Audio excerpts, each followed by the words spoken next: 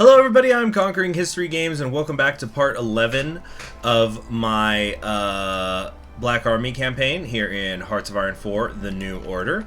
So hopefully, by the end of today's episode, we're going to be able to get to the point where we're about to go to war with Magadan, which is now known as the Siberian National Republic. I think we're going to be able to get there. Hold on a sec. Regional development time. Yeah. Okay. Yeah, so that's the game plan. What's going on here? Candlelit reading. Yana's mother bent over the boy, kissing him on the forehead. He was going to school. Well, it wasn't school, the kind of school that they went to. This school had them get up way too early in the morning and be gone for almost the whole day. He couldn't attend their schools even if he wanted to. His family needed on the farm. He was chief of feeding the horses, a very prestigious title, his mother assured him. He really needed to learn how to read. Trends versus the village. Their children was nestled snug in their beds.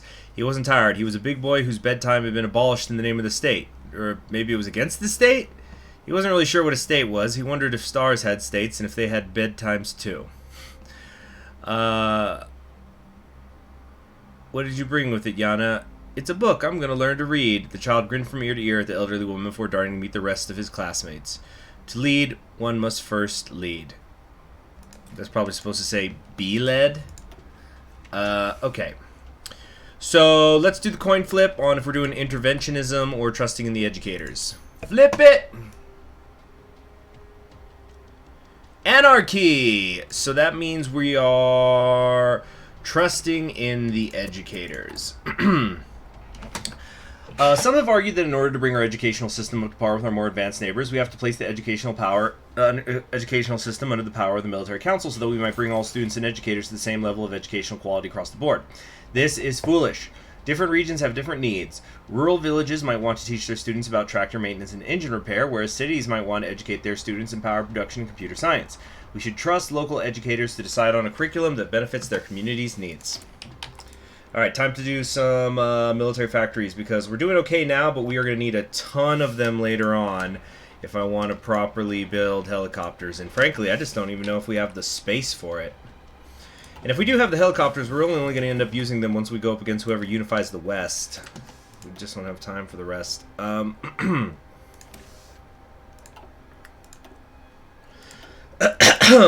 Alright. So, how much longer on this freaking early helicopter? 177 days. Okay, and then from there, we'll go to the transport heli. We'll do transport first, and then improved attack heli. But we also gotta research the template. Yeah, the helicopters can be wild. We're slicing through the east when I use them in my Tabaritsky run. Oh, shoot. Oop, sorry about that. Yeah, I'm thinking about doing a thing with my live streams where I need to start raising some money just for some PC improvements. Most importantly, I think I need to get a seriously big hard drive. I'm genuinely thinking about getting a 10 terabyte one because, I record so much, it eats up everything. Which would be a pretty, on paper, it's pretty freaking huge. Like a 10 terabyte external hard drive. Well, I've seen them run for different prices, but sometimes they can actually manage to be under 200, but usually I see them at around the 300 and change. But compared to say a 2 terabyte hard drive, let's see, I'm checking right now, a 2 terabyte hard drive is usually about 60. So you're getting 5 times as much, then you're just rounding up to the 300. I don't know, we'll see. In bulk, it kind of depends sometimes. I'll have to just plain old look into it. Because I just keep having these issues where my hard drive gets full. So it's you know what, let's go for something friggin' huge and then it'll stop being a problem. How's that academic base again? Yeah, we can do better. Or, then again, do I want to... Academic, agricultural... how's the industrial stuff? Industrial equipment, industrial expertise. I think both of these actually could be doing better. Let's work on that instead. Maybe I shouldn't be... I just like a lot of so many of my videos I want to, hold on to. Maybe I should just compress them. That's what I need to start doing. Like once I'm done with them, once I've uploaded a whole series. But I just really like having the backup. You never know. Because a lot of people don't know this, but this is actually the second Conquering History Games YouTube channel. I had one before, and I had to delete it, and then make it again. And luckily, I'd had all my videos backed up, so I was able to upload everything again. No, maybe it's just an obsession. Maybe it's something I worry about that I shouldn't. It just uses up money.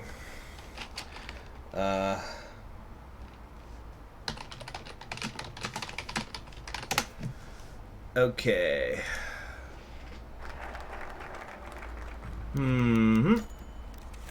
Okay.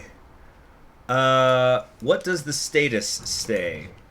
Teaching was a natural calling to Nikolai. In the days of the Star, they moaned and groaned. They were forced by their parents. Imagine that today. A Russian fighting and cursing because he had to get an education. Most would kill a man just to know how to read. That was precisely the reason Nikolai did what he did, because he found people in their unending quest for knowledge fascinating. Even the most brutish Black Army soldier had questions. That's what kept them human, even as they gunned down their enemies. General Assembly made a call for teachers, or people willing to become them. He ended up in Konks. Nikolai found the prospect of the city of the revolution being lost to history a terrifying one, and thought he ought to make it one of the main subjects of his daily lesson. Mr. Zolden, his pupils cried as he entered the room. The humble teacher wasted no time getting the lesson, picking up the chalk and drawing a hammer and sickle on the board. The hammer and sickle, the symbol of not only Bukharin but Yagoda. Separately, these tools meant nothing, but when they were put together, what did they represent? They showed how the common tools of the worker united. This sounds on the surface level like something we ought to rally behind. However, Nikolai paused for dramatic effect. Oh, he's lecturing right now, my bad.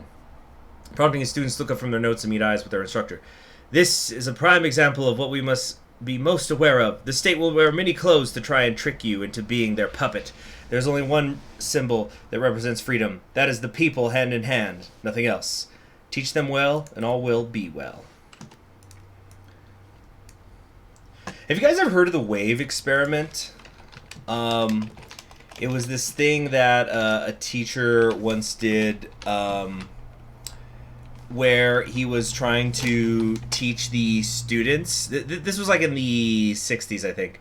But basically, a teacher was trying to explain how the population of Germany could go along with the Nazi regime because they were having a difficulty explaining it. But basically, he created a series of rules for the classroom, which were meant to imitate Nazi ideologies. Of course, you don't go straight to the racism. And it was only supposed to be within the classroom. But then super quickly, we're talking like this all happened like less than a week, I think. It takes over the school. Hold on. Egalitarianism. Yeah, you know what? Let's figure out what we're gonna do here. Yeah, let's finish this part up. It like takes over the school, really really fast, and so then he tells the students, okay, we're going. Again, he's like, this is out of my control. It's like, so we're gonna have a rally. And we're gonna watch the wave candidate, be presented, and then he explained to them that actually the whole thing was it was just to it was an experiment to show how fascism could take control of people, and then they started, and then it carried on from there. And it was like really simple disciplinary stuff he did that like it takes on real freaking fast. It was stuff like how everybody had to say Mr. Jones, I think at the beginning or ending of any questions they asked him. They came up with a salute.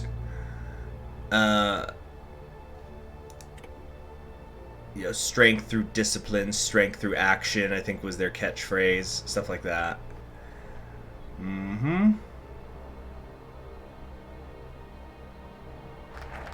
Now, they did do a movie of it. Now, in the movie, it's a little more dramatic. Because I think the way he ended the experiment in real life was he just, after he had everybody together at the assembly, he was just kind of, okay, so this was an experiment and it's over now. Now let's talk about Nazi Germany.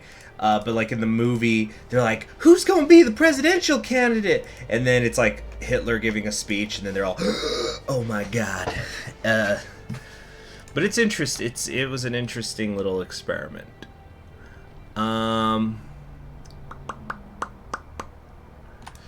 So, the system perfected, Companion Nestor pounded his foot. How many times have you been wronged by the corrupt Surrey Castle, but have sent a message, people don't tolerate self-serving governments, especially around this part of Russia. Nestor, the assembly will see you now. And she misspoke. He booked his appeal meeting in the Security Council. It's the way he'd done 27 times before, at least he thought. They began to blur together after the 10th. Hope your wait wasn't too long.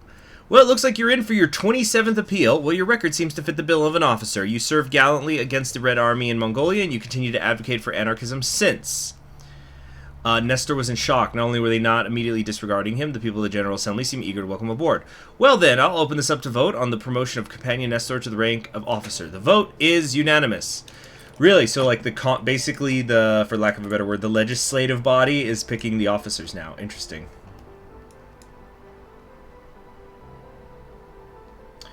Now some of you might be going, I can't believe that the legislative body isn't in charge of picking who military officers are.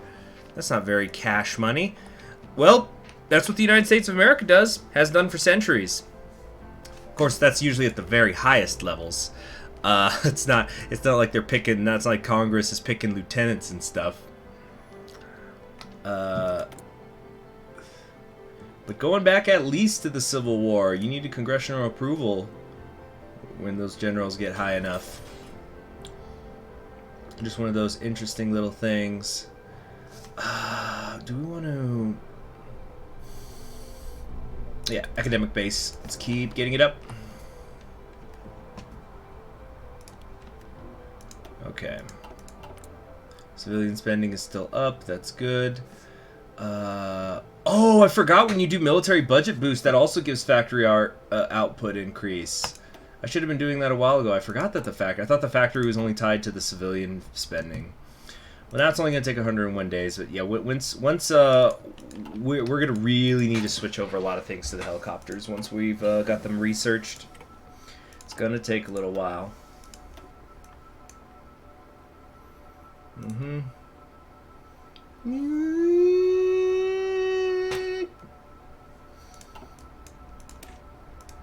Okay.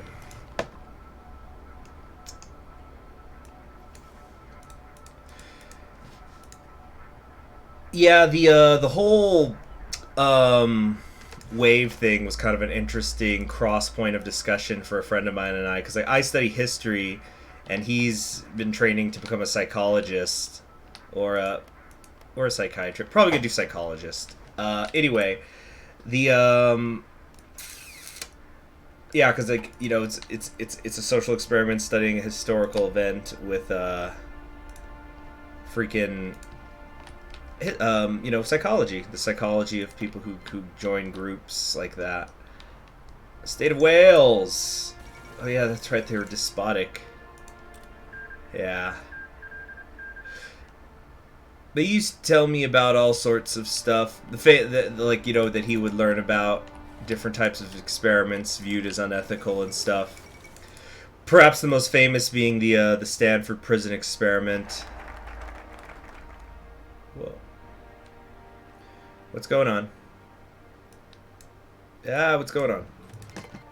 Okay. We're not getting the civilian boost anymore. Well, let's get it right back. Great. Time to flip. Are we doing an army for self-defense or an army for liberation? DJ, spin that shit or flip that shit. Anarchism. Damn, that's a few anarchisms in a row. Anarchism on a roll. Anarchism on a roll, yeah. The purpose of our militias have always been to protect, not to harm. The Black Army is not like the terrorizing force of Yagoda. They fought for domination and power. We fight for peace and bread. Our past conquests should have little bearing on our future. In order to preserve the dignity and integrity of the Siberian Black Army and the Free Territory, we must prevent ourselves from following down the same tyrannical path our predecessors did, and perhaps in doing so, we might finally find prosperity. Okay. So, instead of being guardians of the revolution, we'll be the army for self-defense. So this increases division organization, our attack and defense on core territories, and a modifier for defense. Okay. Yeah. Let's see here.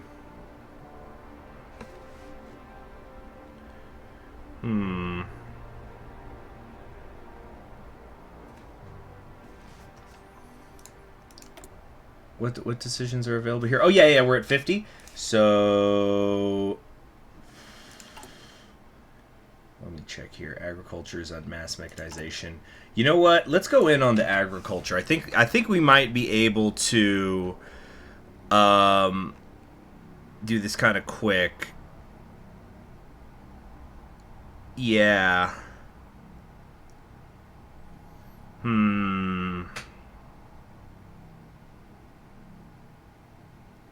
But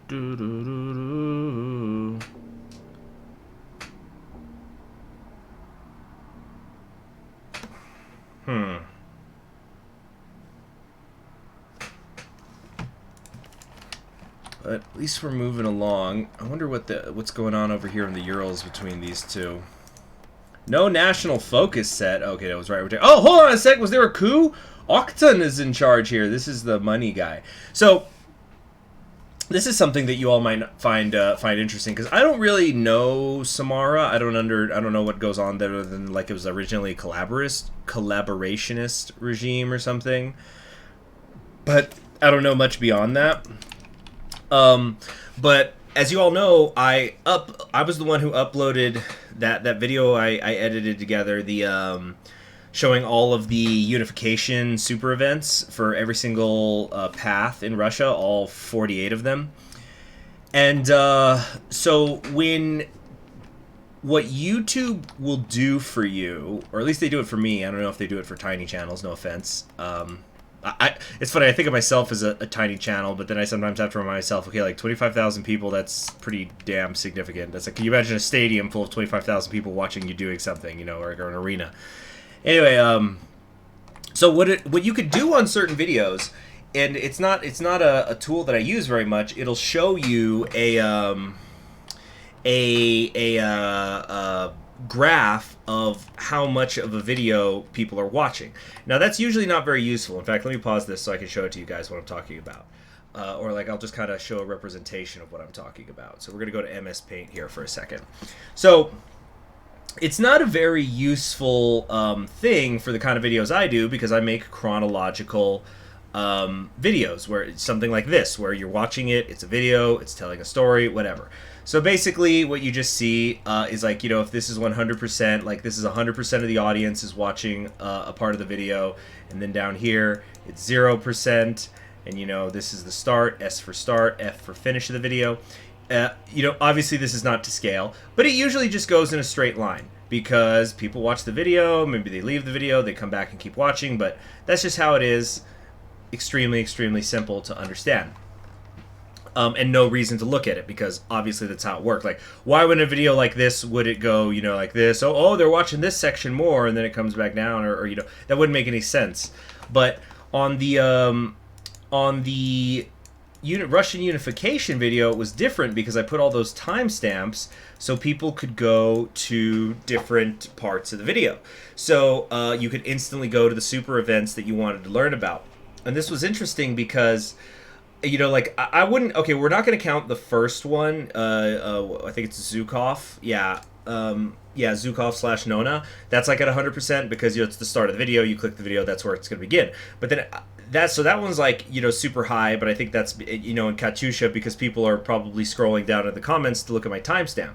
After that, though, it's all over the place. Like, there's big peaks and low dips and things like that. Well, nothing ever dips too low, but it was interesting because you then basically get to see what are the ones that people are clicking on the most. Now, I would have guessed, like if I didn't know, I would have guessed people are probably clicking the most on Taboritsky. Cause you know, funny clock man.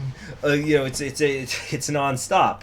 Although hopefully it'll stop when I return to Hearts of Iron 4 after my little hiatus, because I'll finally play them, so now everybody can quit bothering me about playing them. But no, they're not a majority. They're just really loud. And one of the two people that was getting the most amount of views, where like they were significant peaks, was Octon. And I don't know anything about this guy. He despises Vlasov for softness and lack of radicalism. And so yeah, the two major peaks in that video, again, not counting Katyusha and Nona because they're like right at the start of the video, so I think that the number is a little warped there because people just click the video and then they scroll down. It's Octon from Samara and Serov from Komi, the Ordo Socialist. And then there's a bit of a power gap, and then there's just tons of other different peaks. But I just thought that was kind of interesting. So, okay, Seraph and Octon, those I guess are the popular ones. Or maybe it's that they like the music the most. I sure like Seraph's. I think it's kind of cool. It's a very interesting aesthetic. It's like I heard somebody described it as dystopian cyberpunk, and I thought, but cyberpunk is dystopian already. You know, like that's a concept. Meaning the genre of cyberpunk. I don't think I've ever heard of optimistic cyberpunk. It's always like a twisted world. Obviously, you know, I'm just vamping right now while we wait to go to war. This is kind of always the slow part of a Russian unification war. But like cyberpunk, at least the way I've always understood it, is meant to be a like contrast to like retro futurism, this like super idealized concepts of the future, where cyberpunk is more, I guess you could argue, like philosophically, cyberpunk doesn't believe that just because technology is improving that means that society is too. So when I think of cyberpunk, I think of like people who have, you know, things on their wrists that have the powers of supercomputers, and but you know, they're also addicted to drugs or something, or like what are some examples of cyberpunk? Like, you know, Blade Runner is cyberpunk, Judge Dredd's cyberpunk. Some people argue the Aliens films have like cyberpunk flavor. I wouldn't go that far.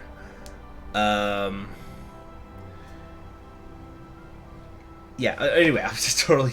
But yeah, so when I see dystopian cyberpunk used, I just think, well, that's just... You're just repeating yourself. And now there's that other game that's actually just called Cyberpunk. Akira! Akira is cyberpunk as fuck. Deal. Fadley adjusted his collar. He wanted to look nice, even if they wouldn't. Afternoon, they didn't look like reticles. They worked in electric boxes in factory. We, the workers of Siberia, have demanded one thing since the first revolution: to not be slaves, to be seen as equals. We are the ones who provide everything to keep this society operating smoothly. If we go long... Fadley cut the man off. Strike? Yes, I know. I don't understand your perspective. What more can we offer you than total freedom? The foreman shook his head. It's more than just freedom. It's about representation as well. If you don't want to grind this free territory to a standstill, you'll permit the creation of an intercommunal body of trade unions. One that will be able to petition the General Assembly as they wish and can strike without fear of Black Army retaliation. Fadley tinkered with the idea in his mind a bit. It wasn't a small order, but it didn't seem like something Galanskov would be opposed to. Fadley stood and extended a hand. I think we have a deal, Mr. Fadley glanced to the foreman's name. Mr. Kostin. Deal. So we're going from a 12-hour workday to an 8-hour workday, which hurts output but helps with society's stability, and production efficiency growth goes up. Well, yeah, because I haven't looked too deep into it, but it is my understanding that you're shorter when you work less per day. The hours you do work tend to be more productive. That's my understanding anyway. Obviously, some people are built different. Let's see here. There's this book that's set in the 1800s. It was written in the 1800s in England. It's called Mary Barton. Really interesting period piece. So the concept of the book, it takes place in England, and so it's a novel by this woman who was like the daughter of a preacher living in England, and it takes place during a depression that had hit the UK in the 1830s, and it's about okay, so there's like kind of two protagonists. It's about John Barton and his daughter Mary Barton. And so the basic, I don't want to spoil everything in it, but basically the father is like a union organizer, and he's dealing with the struggles of that. And then his daughter is kind of doing one of those classics, like, do I want to marry the rich man, but even though the poor man's probably better for me, that sort of stuff. Yeah, I don't want to. I don't want to give away the plot points, because I actually think it is an interesting book. It carries itself well. But I just remember there's a part where John Barton is giving a monologue, and he's just talking about how it's already been shown that, you know, workers get more done when they're not working, you know, like freaking 14-hour shifts or whatever. But like, even though, and he's like, it's gonna make the factory workers more money, and they still won't cut our hours. Do they just hate us? Do they just want us to die?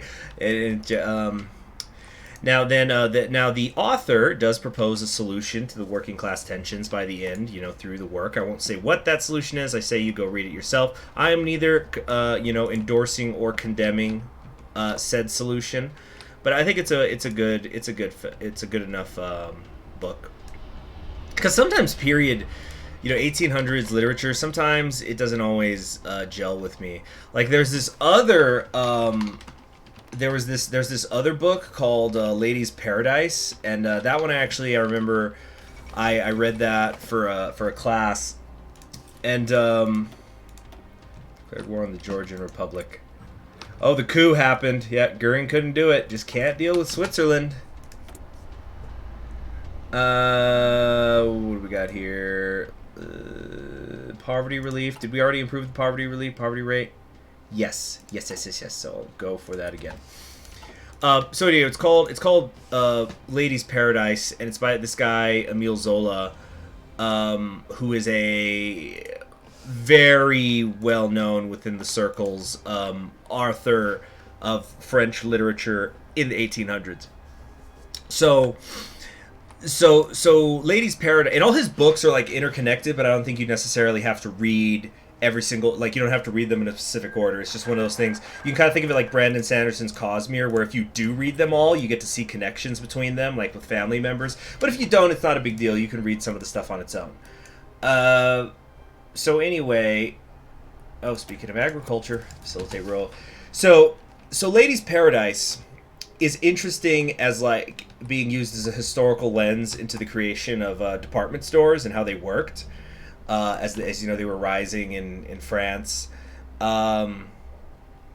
So, and like you're seeing how the employees were treated and like what life was like for the owners and the employees and this changing culture that was being created. But I can't fucking stand the actual plot, which is about this woman Denise, who came from the countryside, and she goes to Paris and becomes a saleswoman at Lady's Paradise, which actually sometimes the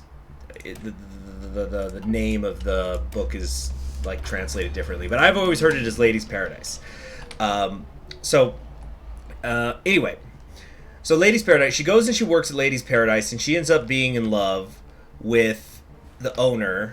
But like there's no reason for them to be in love. It just sucks. It's just like she loves it. And there's even a part like he's, I guess you could say, the villain. We're just gonna broadly use the term villain of the story. And she's the heroine, but she's like in love with him, but she couldn't even say why she's in love with it, like, because like there's nothing about him that she likes, and yet she loves him. And it's just awful, and I hate it. And it was so annoying. I think she even says it at one point, like in her inner monologues. It's like, why do I love this man? It's like, yeah, I'm wondering too. Whoop. Or to use in case you're like, so the guy making a business is the bad guy, huh? Conquering History Games confirmed communist. Well, I would disagree also because there's a scene like that where I kind of would it be a converse is the right word? But like, has anybody ever read Atlas Shrugged or at least tried to read it? I think it's in like the second chapter where one of the main characters, his name is Reardon, and he's a guy who basically invents mithril. It's like a new steel. It's lighter, it's cheaper, it's better. It's just perfect in every way, which it needs to be for the plot. But there's a part where early on he's having we finally got the army professionalism up, and so he's having like a dinner, and it's his wife. I think it's his wife, his brother, and his mother are hanging out. They're having dinner, and then all three of them are criticizing everything that he's doing, and then at one point his mom's like, "But we love you, you're family, Hank." And then he's just like, "How do you all say you love me, but you hate everything that I do?"